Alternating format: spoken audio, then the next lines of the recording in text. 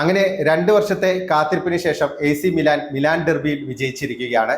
2022 ശേഷം ആദ്യമായാണ് Milan സാൻസിറോയിൽ Milan ഡെർബിയിൽ ജയിക്കുന്നത്.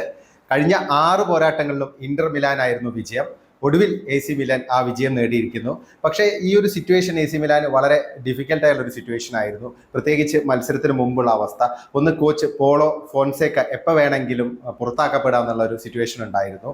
കഴിഞ്ഞ ചാമ്പ്യൻസ് ലീഗ് മത്സരത്തിൽ ദയനീയമായി ലിവർപൂളിനോട് സ്വന്തം ഗ്രൗണ്ടിൽ പരാജയപ്പെടുന്നു. പിന്നെ ലീഗിലാണെങ്കിൽ ആദ്യ 10-ൽ പോലുമില്ല.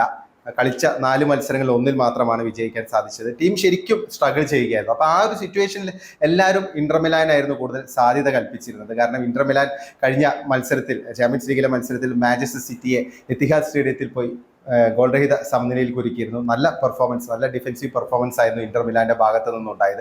അതുകൊണ്ട് തന്നെ ആ ഇന്റർ മിലാൻ വിജയിക്കുമെന്നുള്ള ഒരു പ്രതീക്ഷയായിരുന്നു പൊതുവെ ഉണ്ടായിരുന്നത്.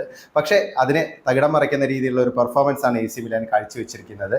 മിലാന്റെ ഒരു ഉയർത്തെഴുന്നേൽപ്പ് എന്ന് പറയാം, ഇതൊരു വലിയ ഇതാണെന്നല്ല പറയുന്നത്. പക്ഷെ എന്നിരുന്നാലും നിലവിലെ അവസ്ഥയിൽ മിലാനെ സംബന്ധിച്ച് ശരിക്കും ഒരു ബൗൺസ് ബാക്ക് തന്നെയാണ്. 2-1 വിജയമാണ് നേടിയിരിക്കുന്നത്. 11-ാം മിനിറ്റിൽ ക്രിസ്ത്യൻ പുലിസിച്ച് നല്ലൊരു സോളോ റണ്ണിലൂടെ ആദ്യ ഗോൾ നേടുന്നു മിലാന് വേണ്ടി. പുലിസിച്ച് ഇപ്പോൾ തുടർച്ചയായ 2-ാം മത്സരത്തിലാണ് ഗോൾ നേടുന്നത്. കഴിഞ്ഞ ചാമ്പ്യൻസ് ലീഗ് മത്സരത്തിൽ ലിവർപൂളിനെതിരെയും ആദ്യ ഗോൾ നേടിയത് പുലിസിച്ചായിരുന്നു.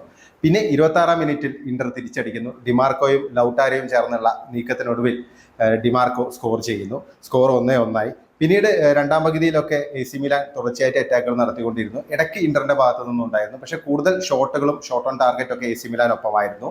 റാഫേൽ ലെയാവോ ശരിക്കും ഇന്റർ മിലാന്റെ പ്രതിരോധത്തിന് തലവേദന സൃഷ്ടിച്ചുകൊണ്ടിരുന്നു. 2 മികച്ച ചാൻസുകൾ റാഫേൽ ലെയാവോക്ക് ലഭിച്ചു. പക്ഷേ യാൻ സോമർ ഇന്റർ മിലാൻ ഗോൾ കീപ്പർ മനോഹരമായി 2ഉം സേവ് ചെയ്യുകയായിരുന്നു. പിന്നെ ടാമി അബ്രഹാമിന്റെ വകയും നല്ലൊരു ഷോട്ട് ഉണ്ടായിരുന്നു. അതും ഗോളാകാനുള്ള ഒരു സാധ്യത കണ്ടിരുന്നു. ഇടയ്ക്ക് ഇന്റർ മിലാന്റെ ഭാഗത്തു നിന്നും 1-2 അവസരങ്ങൾ ഉണ്ടായിരുന്നു. മാർക്കസ് തുറാമിന്റെ ഗോളെന്ന് ഉറപ്പിച്ച ഒരു ഷോട്ട് കഷ്ടിച്ചാണ് മിലാന്റെ ഗോൾ കീപ്പർ മൈഗ്നൻ തടുത്തിട്ടത്.